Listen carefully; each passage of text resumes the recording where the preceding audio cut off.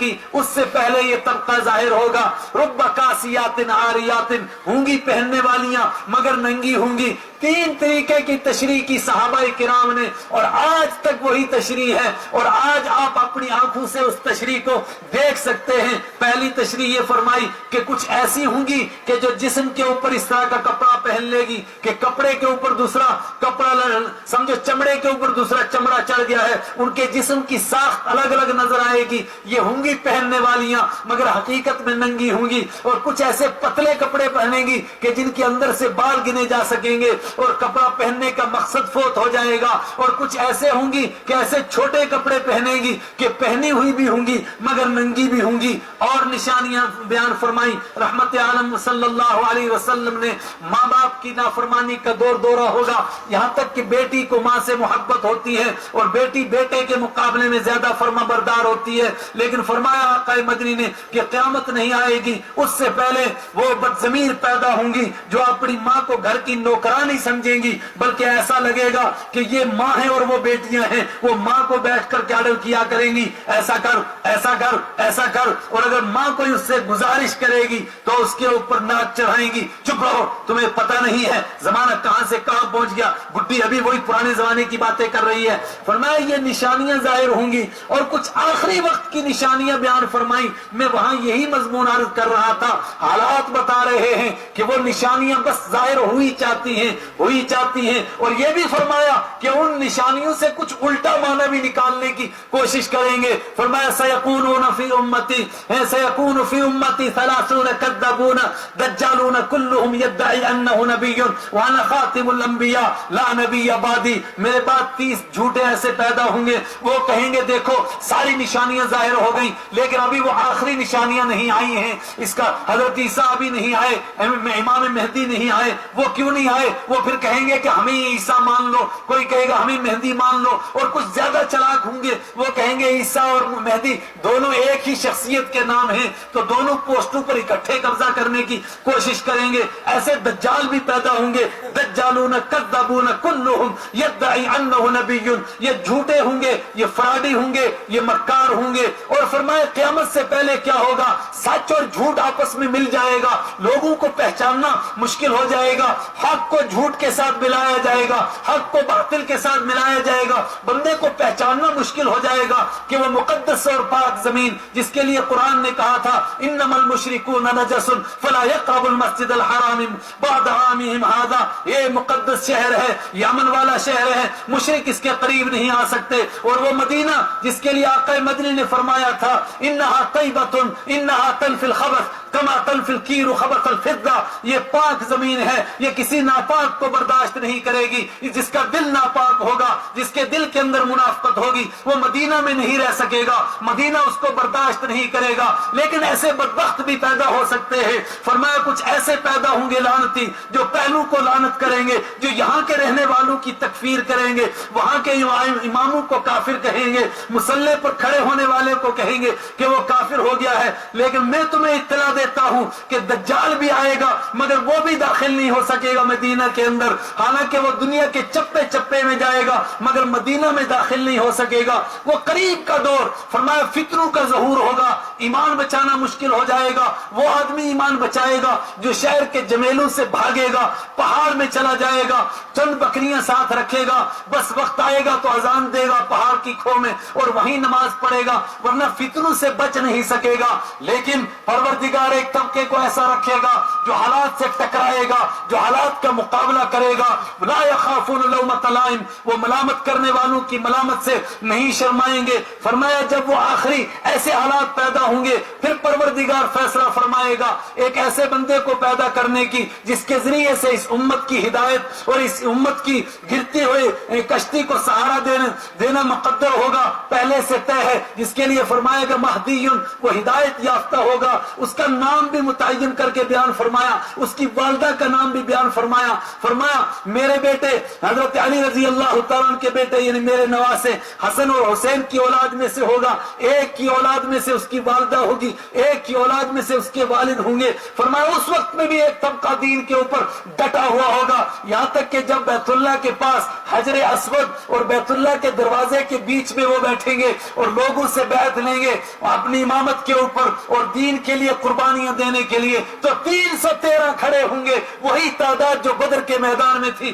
وہ کھڑے ہوں گے. سب سے پہلے صلحاء هذه الامه اتقیاء هذه الامه, وہ اس امت کے سب سے صالح قسم کے لوگ ہوں گے, وہ نیک لوگ ہوں گے. فرمایا پھر یہ قافلہ چلے گا, پھر دنیا کے اندر دین زندگیوں میں واپس آئے گا اور دین کی تر و تازگی لوگ دیکھیں گے. پھر وہ بڑا فتنہ آئے گا دجال کا جو پوری دنیا پر چھا جائے گا. پروردگار اس کو طاقت دے گا. کیوں طاقت دے گا؟ فرمایا صرف آزمانے کے لیے کہ دین پر کون رہتا ہے اور ان فتنوں سے دو چار کون ہوتا ہے. دجال لوگوں کو ایسے شعبے دکھائے گا کہ اس کے ہاتھ میں ایسا لگے گا کہ ایک ہاتھ میں جنت ہے, ایک ہاتھ میں جہنم ہے. پوری دنیا کا چکر کاٹے گا, 40 دن میں کریا گھوم جائے گا, مگر نہ مکہ میں داخل ہو سکے گا نہ مدینہ میں داخل ہو سکے گا. اس وقت میں بھی ایمان والے ایسے ہوں گے جو اس کو للکاریں گے. اور میں نے وہاں بھی سنایا تھا کہ ایک جوان کھڑا ہو جائے گا, دجال کہے گا تو مجھے خدا مانتا ہے, وہ کہے گا نہیں مانتا ہوں.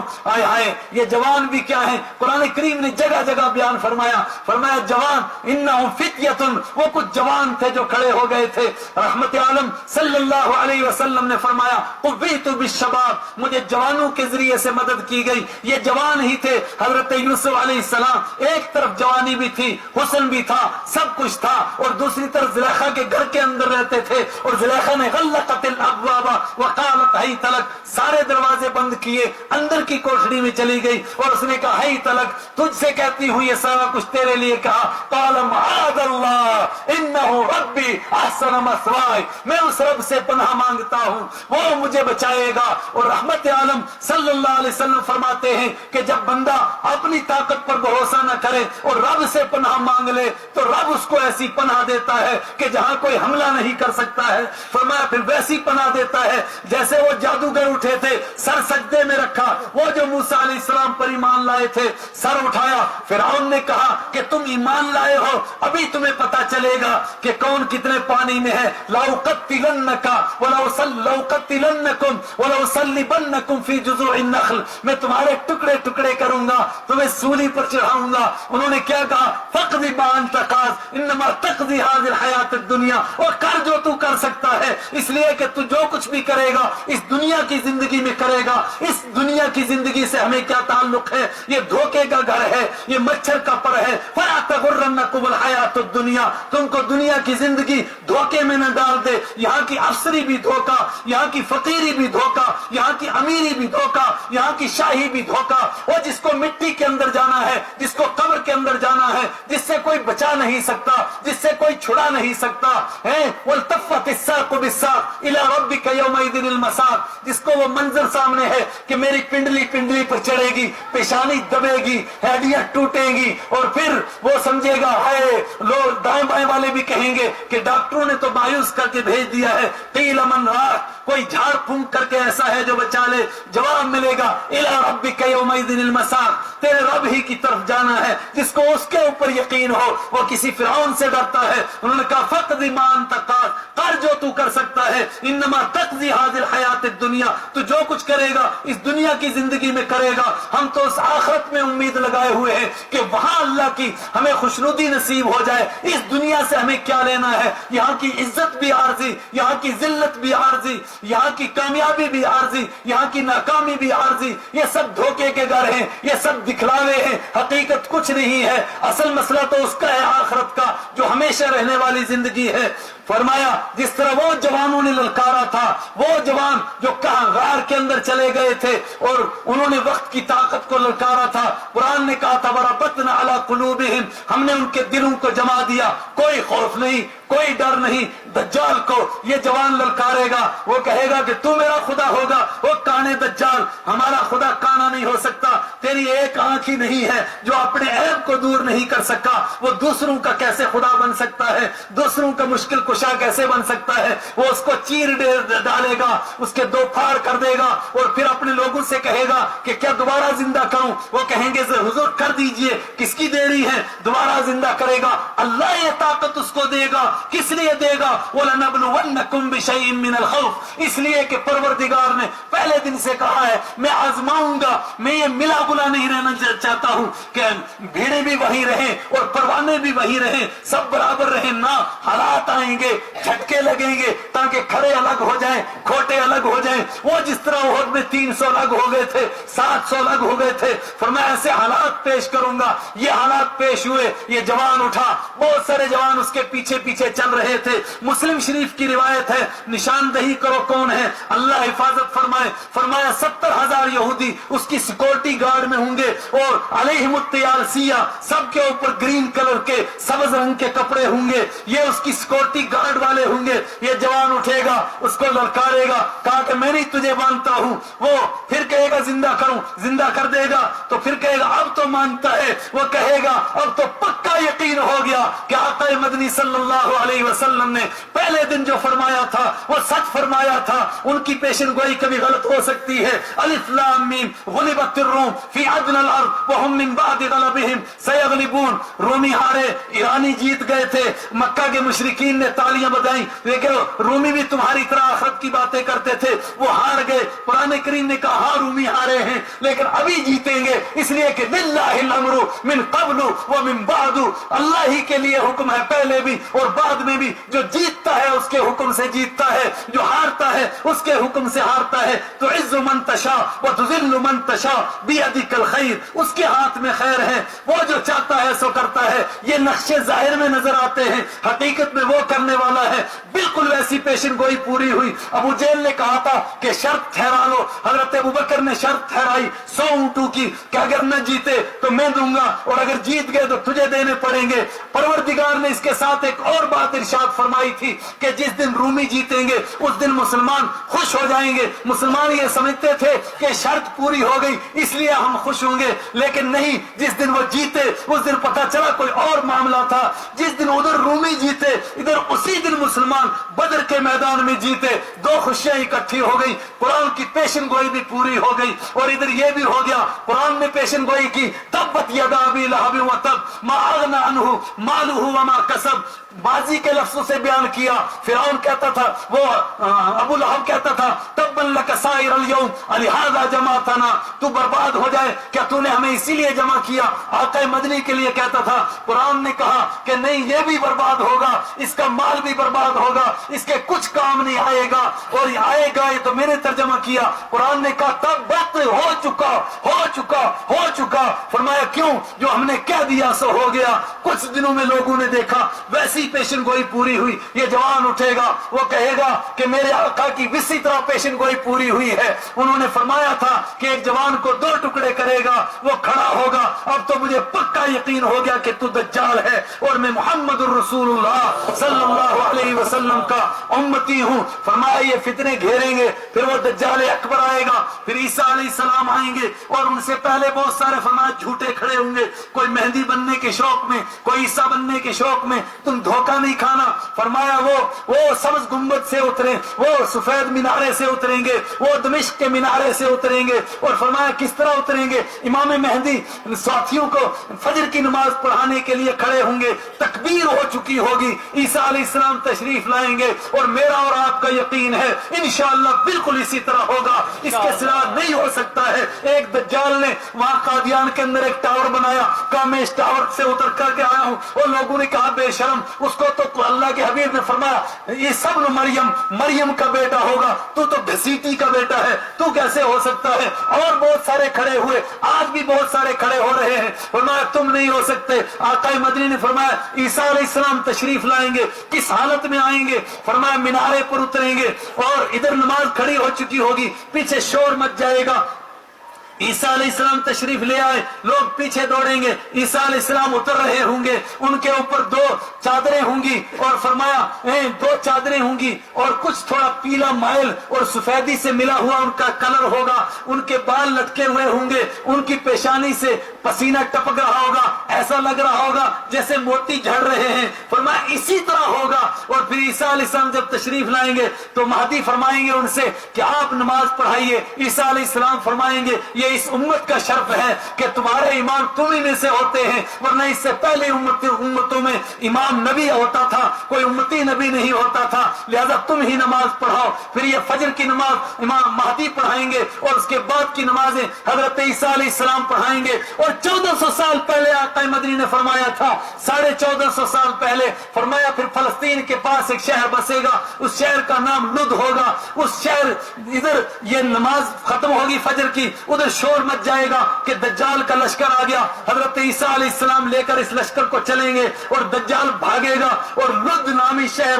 بس چکا ہوگا, اس کے گیٹ پر پہنچے گا. اس کے گیٹ پر جیسے پہنچے گا وہ تو حضرت عیسیٰ علیہ السلام اس کو قتل کر ڈالیں گے. فرمایا بلکہ وہ ان کے خوف سے ایسا پگھلے گا جیسا کہ برف دھوپ کی وجہ سے پگھلنے لگتی ہے. اور یہ لد نامی شہر ہوگا اور اس کا ساتھ سب سے زیادہ دینے والے یہودی ہوں گے. لیکن پھر کیسے حالات ہوں گے؟ فرمایا پھر پروردگار پتھروں کو گویا بنا دے گا, درختوں کو گویا بنا دے گا. جہاں یہودی چھپے گا درخت آواز دے گا, پتھر آواز دیں گے, الیہ عباد اللہ, اللہ کے بندے ادھر آ, ہونا یہودی موجود, فقتلہ, یہ ایک کمبخت موجود ہے اس کو نمٹاؤ, یہ کمبخت موجود ہے اس کو نمٹاؤ. کیوں یقتلون الانبیاء, یہ وہ قوم ہے بدبخت جنہوں نے اپنے نبیوں کا قتل کیا تھا, جن کا مشن ہی پروردگار کے دین کی مخالفت کرنا تھا. آج ان کی رسوائی کا فیصلہ ہو گیا. فرمایا اسی طرح ہوگا وہ فتنوں کا دور, وہ قیامت کے قریب کا دور میرے ایمانی بھائیوں, بالکل قریب, جس میں کھرے اور کھوٹے کی پہچان ہو رہی ہے. میں تفصیل میں نہیں جا سکتا, قسم بخدا رب کعبہ کی قسم, کبھی آپ اس شہر میں جا کر تو دیکھیں, کبھی آپ ذرا اس شہر سے مراد اس طرف جھانک کر تو دیکھیں. جن کو ہم سمجھتے ہیں کہ یہ غیر ہیں, ان کو اتنی تیزی سے کلمہ نصیب ہو رہا ہے جس طرح جنگل کی آگ پھیلتی ہے, اس طرح ان کو اللہ کا دین نصیب ہو رہا ہے. یورپ میں پھیل رہا ہے, برطانیہ میں پھیل رہا ہے, امریکہ میں پھیل رہا ہے, اور ان کی ٹانگیں کپ کپا رہی ہیں. وہ صرف اسی لیے پریشان ہیں یہ کیا چکر ہے, کون ان کو اللہ کا دین پہنچا رہا ہے. میرے اور آپ سے تو یہ کام کہاں ہو سکا. میں تو آپ اس کا منظر ہیں جس کو قرآن نے بیان کیا, وَلَا تَنْقُضُوا الْأَيْمَانَ بَعْدَ تَوْكِيدِهَا, وہ ایمان والو بد اخلاقی نہیں کرنا, تم معاملہ نہیں کرنا اور دین کی مخالفت نہیں کرنا. اگر تم ایسا کرو گے تو پھر دوسرے لوگ سمجھیں گے کہ مسلمان اگر ایسا بے دین ہے, مسلمان اگر ایسا بد کردار ہے, مسلمان اگر ایسا معاملے کا بد ہے, مسلمان اگر ایسا جھوٹا ہے تو پھر یہ دین کیسا ہوگا. فَتَزِلَّ قَدَمٌ بَعْدَ ثُبُوتِهَا, پھر تمہارے کرنے کی وجہ سے, تمہارے عمل کی وجہ سے کئی ساروں کے پاؤں جمتے جمتے پھسل جائیں گے. وہ دین قبول کرنا چاہتے ہوں گے, کرتے کرتے جیسے کسی مسلمان کے ساتھ معاملہ کریں گے, اس کی بد اخلاقی دیکھیں گے, وہ پیچھے ہٹ جائیں گے. وَتَذُوقُوا السُّوءَ بِمَا صَدَدتُّمْ عَنْ سَبِيلِ اللَّهِ. آج دنیا میں مسلمانوں کی پستی, مسلمانوں کی ذلت, مسلمانوں کی آج جو حالات ہیں اس کے پس منظر میں کبھی لوگ کہتے ہیں کہ اس کی یہ وجہ ہے, یہ وجہ ہے, یہ وجہ ہے. بے شمار ڈاکٹر حضرات ہیں, ایک بیماری کے کئی اسباب ہو سکتے ہیں, ہو سکتے ہیں کہ میں نے اس سے مخالفت کرتا ہوں کہ وہ سبب نہیں, مگر ایک سبب جو قرآن براہ راست بیان کر رہا ہے اس کو تو دیکھو. فرمایا جب وہ وقت آئے گا کہ مسلمان دوسروں کو دین کی دعوت دینے کے بجائے وہ کام کریں گے کہ دوسرے لوگ دین سے متنفر ہوں گے اور دین سے بھاگ رہے ہوں گے. فرمایا اس وقت میں کیا ہوگا, وَتَذُوقُوا السُّوءَ بِمَا صَدَدتُّمْ عَنْ سَبِيلِ اللَّهِ, پھر تم بدترین عذاب کا مزہ چکھو گے اس لیے کہ تم نے اللہ کے بندوں کو اللہ کے دین سے روکا. ہم کیا کر سکے ہیں, مگر اس کے باوجود اللہ کا دین ادھر پھیل رہا ہے اور ادھر بے دینی جو اب تک چھپی ہوئی تھی وہ بنسائے شہود پر آ رہی ہے, وہ ظاہر ہو رہی ہے. خدا کا دین نہ کل محتاج تھا, نہ صبح قیامت تک کسی کا محتاج ہوگا. مکہ والے سمجھتے تھے کہ ہمارا محتاج ہے, جواب ملا فرمایا یہ کسی کا محتاج نہیں، کلا انہا تذکرہ، مگر ہمارے لیے ضروری ہے ہم اپنے ایمان کا محاسبہ کریں، اپنے ایمان کو بچانے کی فکر پیدا کریں اور اپنے اندر وہ عقیدے کی پختگی لائیں جو رحمت عالم صلی اللہ علیہ وسلم کے صحابہ میں تھی، جو ان کی مثالیں آپ کے سامنے ہیں۔ اب مجھے وہ موقع نہیں ہے سنانے کا کہ کس طرح انہوں نے اپنے ایمان کو بچایا، کس طرح حالات سے مقابلہ کیا اور دنیا دنگ رہ گئی اور پوری طاقت مل کر کے کوئی کسی سے اس کا ایمان نہیں چھین سکا، نہ ترغیب سے چھین سکے، نہ ترہیب سے چھین سکے، نہ کسی کو لالچ دے کر اس کا دین لے سکے اور نہ کسی کو ڈرا کر کے اس کا دین لے سکے، کوئی نہیں لے سکا۔ دین اسی کا جاتا ہے جس کے اندر بستہ نہیں ہے۔ حضرت عمر رضی اللہ تعالیٰ اور ان کے ساتھ ایک اور آدمی نے مل کر کے ہجرت کی تھی۔ حضرت عمر رضی اللہ تعالیٰ کے اس ساتھی نے راستے میں کہنا شروع کیا، میری ماں نے قسم کھائی تھی کہ میں باہر بیٹھی رہوں گی اور دھوپ میں سڑ جاؤں گی اور سر نہیں دھوؤں گی اور کھانا نہیں کھاؤں گی اور وہ اسی طرح بیچاری تڑپ رہی ہوگی، میرا دل چاہتا ہے کہ میں اپنی ماں کو مل کے آ جاؤں، اس کو تسلی دے کر کے آ جاؤں۔ حضرت عمر نے فرمایا تیری ماں کو بھوک لگے گی، خود کھانا کھائے گی، جب جوئیں کاٹے گی خود اپنا سر دھوئے گی، تو فتنے میں مبتلا نہ ہو۔ یہ فتنے میں مبتلا ہو گیا، راستے سے واپس پلٹ گیا، لیکن جس کے ارادے پختہ ہوتے ہیں، ایک وہ بھی تھے جن کے لیے قرآن کریم نے کہا کہ ہم نے انسان کو وصیت کی کہ ماں باپ کے ساتھ نیک سلوک کرو، وَإِن جَاهَدَاكَ عَلَىٰ أَن تُشْرِكَ بِي مَا لَيْسَ لَكَ بِهِ عِلْمٌ فَلَا تُطِعْهُمَا، لیکن اگر ماں باپ تجھے خدا کے دین کے خلاف اٹھائیں اور خدا کے دین کی نافرمانی کرنے کے لیے کہیں فَلَا تُطِعْهُمَا، تو پھر تم ان کی بات نہیں ماننا۔ پھر وہ منظر دیکھا نگاہوں نے کہ ایک صحابی رسول صلی اللہ علیہ وسلم ہے، ان کی ماں نے کہا تھا کہ تو میرا فرمانبردار ہے اور میری فرمانبرداری کی یعنی ماں باپ کی فرمانبرداری کے لیے تیری مکہ میں شہرت ہے، لیکن اگر تو اس دین کو نہیں چھوڑے گا تو میں دھوپ میں بیٹھوں گی اور تڑپ تڑپ کر کے مر جاؤں گی اور تو مکہ کے اندر بدنام ہو جائے گا کہ تو ماں کا نافرمان ہے، تیری ماں تڑپ کر مر گئی مگر تو نے اس کی کوئی پرواہ نہیں کی۔ انہوں نے مسکرا کے فرمایا تھا میری ماں ایک مرتبہ کیوں مرتی ہے، 70,000 مرتبہ مر اور مر کے پیدا ہوتی رہو اور مرتی رہو، جس دین کو پکڑ چکا ہوں اس کو چھوڑ نہیں سکتا ہوں۔ ان کی یہ ہمت اور ان کی یہ پختگی کو دیکھا، پروردگار نے ان کی والدہ کو بھی ایمان نصیب فرمایا، ان کی والدہ کو بھی ایمان نصیب ہوا، ان کو بھی نصیب ہوا، اور وہ جو راستے سے واپس آیا تھا خود بھی محروم ہو گیا، والدہ بھی محروم ہو گئی۔ پروردگار ہمیں دین کی وہ پختگی عطا فرمائے۔ اللہ تبارک و تعالیٰ ایسے وقت میں جب آزمائش کے حالات ہے، کچے اور پکے کو الگ کیا جا رہا ہے، اللہ ہمیں استقامت عطا فرمائے، اللہ ہمیں عقیدے کی پختگی عطا فرمائے، اللہ تعالیٰ ہمیں اپنی کتاب کا تعلق نصیب فرمائے تاکہ ہم اس کو سمجھ سکیں اور ہم یہ دیکھ سکیں کہ فتنے کیسے آتے ہیں۔ وآخر دعوانا الحمدللہ رب العالمین۔